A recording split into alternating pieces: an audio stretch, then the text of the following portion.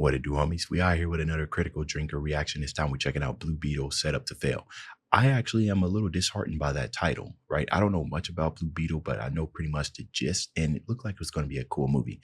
So let's see what critical drinker had to say about it. This review by saying something kind of controversial. Blue Beetle isn't a terrible superhero movie. Oh, that's good to hear. You gotta be kidding. In fact, dare I say it, I actually found myself kind of enjoying it at times. It's got a likeable cast of characters played by actors that mostly seem invested in what they're doing, some decent emotional beats that hit home more effectively than I expected, a bunch of jokes that made me smile more than an entire phase of MCU movies, and a simple but charmingly old-fashioned central theme of family loyalty and self-discovery that works just as well as it always has. That's good. In short, Blue Beetle is a film that fits neatly into the category of cheeseburger movie for me, a production that doesn't try to do anything particularly new, ambitious, or subversive, and as a result, never goes too far wrong. Instead, it's content to go through its familiar, tried and tested story beats with the kind of cheerful, plucky optimism that seems to be largely missing from so many films today. A movie with less than half the budget of your average Marvel effort, but which seems to have made the most of every penny available. And if I feel like you often find that being a reason, right? That the movies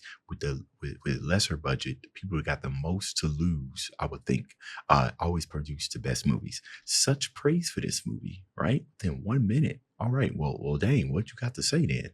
Your average Marvel effort, but which seems to have made the most of every penny available. And if it had come out 4 or 5 years ago when superhero mania was at its peak, then I think it probably would have pulled in a decent profit for DC and might even have been enough to greenlight a sequel. So timing. Unfortunately, it didn't. Instead, it had the rotten luck of coming out in 2023, and it feels like a movie with almost every possible factor set against it. A largely unknown character played by a largely unknown actor, coming at the tail end of an aborted cinematic universe that's about to get James Gunned into irrelevancy at a time when the entire superhero genre is entering its twilight years anyway. I mean, really, what were they expecting with this one? The opening weekend was abysmal, and I don't imagine that it's going to get any better from here. And it's a shame because, like I say, I don't consider it to be a terrible movie. In fact, it's probably better than almost anything I've seen from Marvel over the past couple of years. And yes, I'm aware that that's a very low benchmark.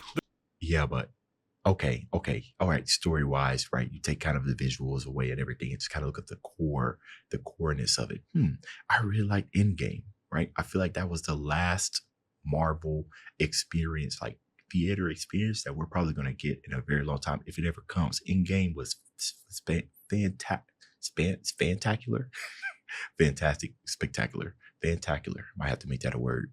The film centers around Jaime Reyes, a college graduate who's on his way home to his family in Palmera City now that he's finished his studies. And holy shit, that's Elpidia Carrillo from Predator! Damn, it's a fucking weird experience when you know an actor from one childhood movie and then don't see them in anything for like 30 years. I feel like some kind of weird time traveler or something. Unfortunately, he soon finds out that his family have fallen on hard times, their business is failing, their house is due to be repossessed, and his father even suffered a heart attack in his absence. They didn't tell him about any of this stuff, of course, because they didn't want to worry him. Anyway, Jaime's determined to help right the ship and use his degree to get a decent job that can solve their financial problems. Unfortunately, all he's able to get is a cleaner for Victoria Cord, the head of a major weapons manufacturing company. Kind of like DC's answer to Stark Industries. And if you're starting to notice parallels here, then strap in because there's a lot more to come. Anyway, Jaime's job doesn't last long when he intervenes in an argument between Victoria and her niece Jenny, who's starting to ask a lot of uncomfortable questions about a highly classified project they've been working on. Jenny takes pity on him and suggests that he meet up with her tomorrow with the promise of finding a new role. Unfortunately, that just so happens to be when she decides to steal a top secret piece of alien tech called the Scarab from the company's lab. You probably shouldn't have invited him over on that particular day, in fairness, Jenny. Also, I love how the fact that her grand plan is to walk out with it in a takeaway food container, because I guess the most sensitive piece of technology in the company's possession isn't protected by security cameras, motion sensors, armed guards, or even a fucking locked box. It's really just out there just for the taking, bro. You just asking for somebody to come through with the 5-finger discount. Come on, man.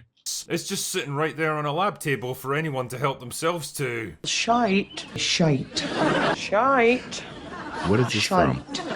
Anyway, whatever. Jenny's plan quickly goes tits up when the theft gets noticed, which forces her to hand the scarab off to Jaime on strict instructions that he doesn't open the box or mess with it in any way. So naturally, as soon as he gets home, he opens the box and starts messing with it, and before you know it, the scarab's grafted itself onto his spinal column and turned his body into a flying armoured superhero that can communicate with him. It's a bit like Iron Man crossed with Venom, only not as interesting as either. Clearly he's going to need some help getting this thing off him, so he goes to speak with Jenny, who just happens to be fleeing from her apartment with Cord security chasing after her. Well, talk about good timing. I mean, if he'd shown up literally seconds later, they would have caught and probably killed her. So anyway, they go back to his house, because I guess there's no way that Cord would realise he was in the building during the scarab theft and trace him back to his home address, and she explains that the only way to remove it is by using her father's secret lab, and the only key just so happens to be at Cord headquarters, where security is apparently now a thing because it's convenient to the plots. Yo, 100.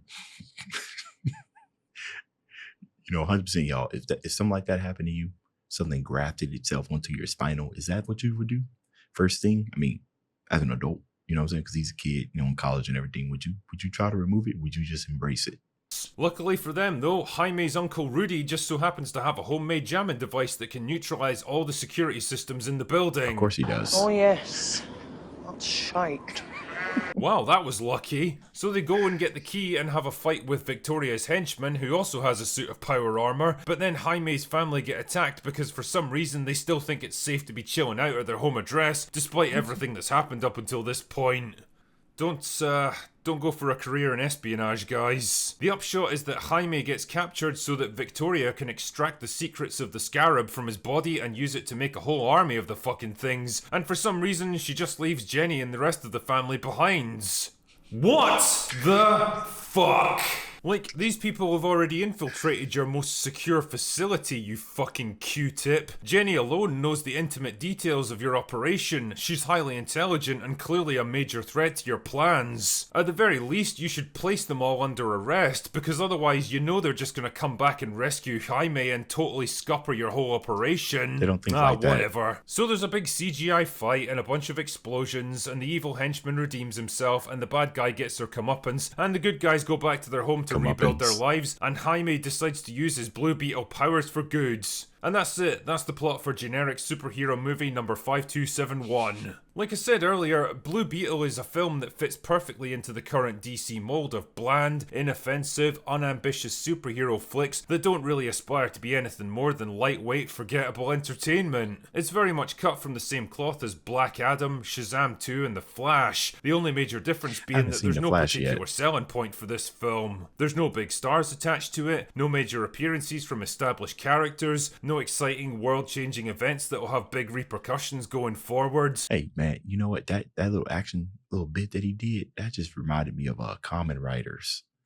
I wonder if they use something like this a little bit. I don't know. I just see Common Writers all day long here. Characters, no exciting world-changing events that will have big repercussions going forwards. It's a movie that exists more or less in isolation, forced to stand on its own merits, and that's where the real problem lies, because at this point, well, there's not a huge amount to recommend it. The days when studios could shit out generic movies about obscure superheroes and expect to rake in big profits are long gone. In fact, I could argue that DC never even made it to that level in the first place, and the fact that the whole universe is about to get rebooted offers even less incentive to get invested in Blue Beetle. I mean, I don't pretend to know anything about the comic book version, but his powers and abilities seem to be roughly in line with Iron Man. There's nothing especially novel or inventive about him. Likewise, the plot isn't exactly breaking new ground in terms of narrative complexity. There's all the familiar story beats you'd expect from a superhero movie, and an irritating over-reliance on convenience, contrivance, and coincidence to keep things moving forwards. I mean, the characters themselves are charming enough, I guess. Jaime's a likeable, if slightly forgettable protagonist struggling to find his way in life. Jenny's smart and driven, but compassionate and caring, and Rudy's a maverick loose cannon who comes through when it counts. Carapax is big and intimidating and actually gets more depth than I expected for a henchman like this, but he probably should have just been the main antagonist because fuck me, Victoria Cord's about as interesting as that bald guy from Ant-Man. Surprised to see you.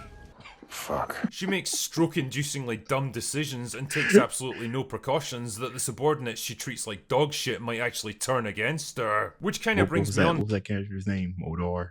I completely forgot that he was supposed to be in that movie until it popped up, and I was just like, oh, all right, okay, oh, okay. So one of the less enjoyable aspects of this movie, the social commentary. There was clearly some attempt to push this film as Black Panther for Mexican people, with some pretty heavy-handed messaging about Jaime and his family being disadvantaged, discriminated against, and generally looked down on by the privileged white people around them. I mean, there's definitely interesting stuff that you could explore there, but the film never really takes the time to do it properly. It just feels more mention like it. a rushed afterthought, written into the script at the 11th hour to try to stir up a bit of social media controversy. I don't think it had quite the effect you were looking for, guys. Ultimately, Blue Beetle feels like a decent, well-meaning enough film that just had the rotten luck of coming along a few years too late. You didn't exactly need a crystal ball to know that this movie was practically set up to fail, barely advertised by a studio that had no faith in it, and right about released that. during that awkward dead zone when the summer box office season is already wound down. I didn't hate it, and in a way, I actually feel kinda sorry for it. I don't know, maybe I'm just a sucker for hard luck stories, but it might have been interesting to see what this movie could have been if it hadn't come along at the worst time possible. Somebody definitely As it got stands, it's unalived probably in going to that go move. down as just a minor 100%. footnote in DC movie history, forgotten as quickly as it came. Anyway, that's all I've got for today. You guys let me know what y'all thought about this movie, right? He's 100% about saying that it didn't get promoted, right? I honestly, especially when it comes to movies, because I don't really watch much TV, if it wasn't for YouTube, I wouldn't even know when these movies were out. You know what I'm saying? So that's kind of crazy. But anyways, that's the end of this video. Dave's out.